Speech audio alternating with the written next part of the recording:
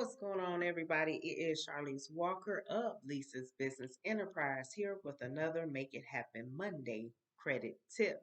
And today I'll be sharing some stories with you that happened to me. So hopefully it will not happen to you, or you can prevent it from happening.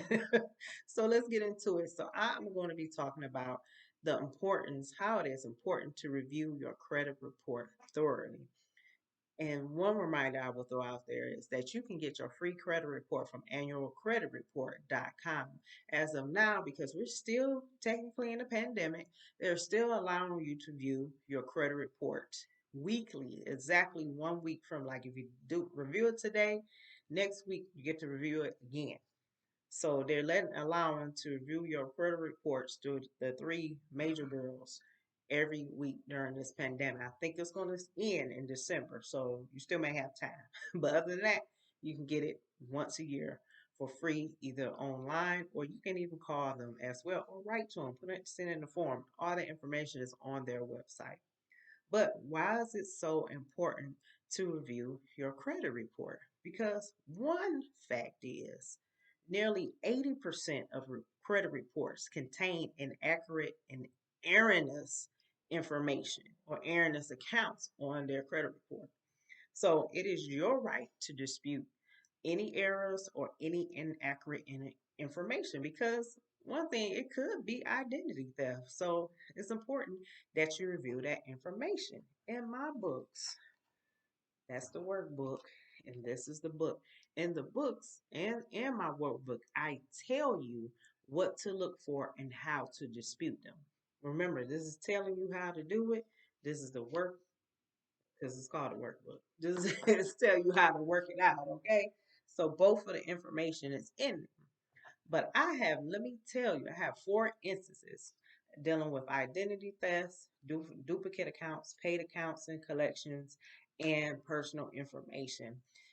These has happened to me over the years and past years too, but still it's very important to look at your credit reports, because that way you can catch stuff, you can take it off, it can affect your credit, it can affect so much things, like if you are going for a car, apartment, a house. They're looking at they can't see, but they can report, like if you have accounts that you're not paying or something like that, because they're looking at, again, the report card and looking at your credit score as well. So just let me tell you four different instances. These are real stories that happened to me, and this is why I'm so adamant about examining my own credit report, as well as you should too. Remember though, this is a key thing about repairing your credit. It's not something that's going to be removed immediately. It's not like you're going to call and be like, oh, this has been on my credit report, remove it right now. They're not going to do it. Not going to happen. So just remember, there's something that's not an overnight process, and it's not a 1 day process either. So you're going to have some time. You're going to have some patience, even with identity theft, which is the first thing I'm going to be talking about. First thing that I had was identity theft. Someone actually, they did open a credit card in my name. Thank God that I had a credit report. I had alerts, all the credit monitoring on there. So I got an alert once I had received an alert that I got approved for a credit card. And I was like, I hadn't did nothing. What are you talking about? But what I did immediately was call the credit bureau that it had came from. And once basically you want to put any disputes in there, they report to the others. You just need to call one. But it didn't take the next day, even though it probably took them maybe 10, 15 minutes of putting in some application.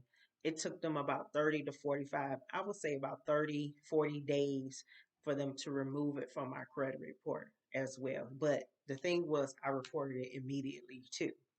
The second thing that happened to me was duplicate accounts. Again, I talk about this in the workbook and in the book. Duplicate accounts. I talk about what to look for. This is very thorough here. In the book, I have some things, but it's very thorough what to look for. Duplicate accounts. And what I mean by duplicate accounts, two accounts that is being reported or trying to be collect on at the same time. I had two creditors trying to collect on the same debt. They can't do that. So I actually called the credit bureaus again. Like, I don't mind calling them. Call the credit bureaus, and they were both removed again. It took both of them removed because they were both trying to collect. They probably didn't have to remove both of them, but they removed both of them because they were trying to collect on account the same debt, which they're not supposed to do. So the other instance I had was I had an account that I actually paid was it went to collections, into collections. Yes, this is why you got to look at your accounts and be able to look at. So I had the same account that was paid with the original creditor. Not it was in collections and I knew it was in collections and I paid it. No, it was already something that was took care of prior and it had went to collections. I paid it off before even something that even happened. I took care of my business prior to that. But again, with most companies that sell debts and everything, what they do, they take a bunch and they sell off. And sometimes the paid collections, paid accounts go too. And they, again, as you probably already know, they pennies on the dollar that they these debt collection companies are buying them for. So in reality, they just keep buying them and selling them again. So one other thing is really important that once you pay off a debt or pay off something, even with in collections, you get a paid off letter or something that it was paid off, or you can request that it was paid off too. And you keep them forever. I tell you, it comes up, hey, it comes up more than you know. So and again, I would say for me, it came up again. I said, hey, nope, I had this letter here.